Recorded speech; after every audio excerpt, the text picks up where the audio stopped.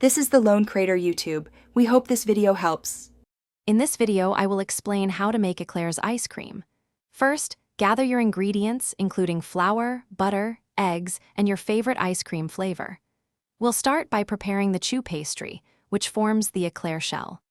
This unique dessert offers a delightful contrast between the crisp pastry and the cold, smooth filling. It's a fun and rewarding project for any dessert enthusiast.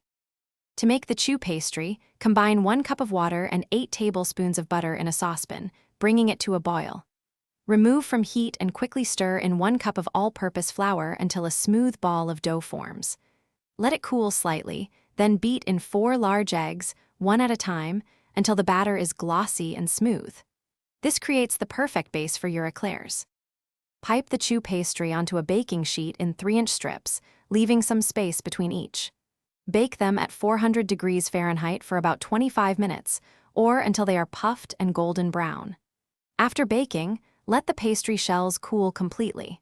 Then, carefully slice each eclair open and generously fill it with your favorite ice cream flavor.